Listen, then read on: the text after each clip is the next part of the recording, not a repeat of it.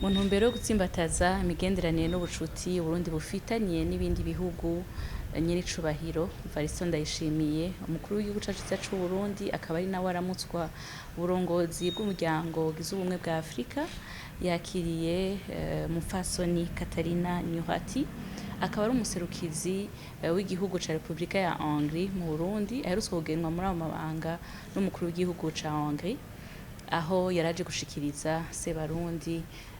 amakete amugena muri ayo mabanga. Nyiricubahiro yamakiranye igishika aramuha ikaze, baronka n'akaryo ko kuganira ku migambi mikuru yashizwe imbere biciye muri Mbonakazoza Uburundi bwishira bukizana mu 2040 kandi Uburundi buteye imbere mu 2060 kugira ngo ibe umushinge wo gushigikirana no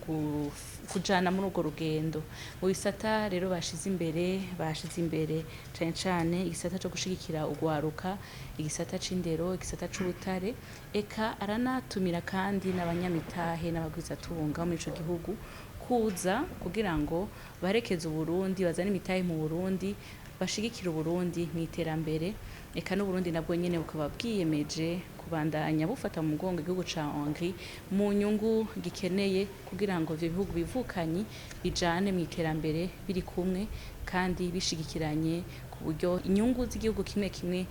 cose ziguma zubahirijwe ku neza ya benegihugu. Muri iyo ntumbero nyene nyiricubahiro Evaristo Ndayishimiye yakiriye kandi amakete agena umupfasoni Zhu Kewei, umuserukizi w'igihugu c'Ubushinwa mu Burundi, nawe nyene akaba yaronse akaryo ko kuganira n'umukuru w'igihugu kungana imigenderanire hagati y'Ubushinwa n'Uburundi yifashe. Imigenderanire hagati y'Ubushinwa n'Uburundi isanzwe ihari kuva kera cane, aho tuzi cane ko ico gihugu gisanzwe gishikira Uburundi mu bisata bitandukanye, harimwo igisata c'uburimyi, igisata c'inyubako, igisata c'umuyagankuba n'amasoko ntanganguvu, igisata c'ubudandaji, eka n'ibindi bisata bitandukanye bigize umushinge w'iterambere. Nyiricubahiro umukuru w'igihugu c'Uburundi yemeye yuko igihugu c'Uburundi giye kubandanya kijana mu rugendo n'igihugu c'Ubushinwa. Sinogenda kandi ntashimangiye yuko umuserukizi yashimye cane gushikiriza nyiricubahiro umukuru w'igihugu cacu c'Uburundi ko ikawa y'Uburundi ishimwa gose mu gihugu c'Ubushinwa, aho igihugu c'Uburundi catanguye gushora ikawa hariya biciye mu masezerano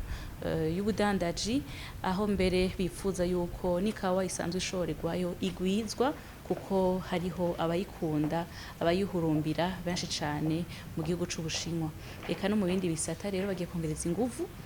inguvu kugira ngo igihugu c'Ubushinwa n'igihugu c'Uburundi bijane mw'iterambere rusangi, biyemeje igihugu kimwe cose cisunga imbonakazoza yacu.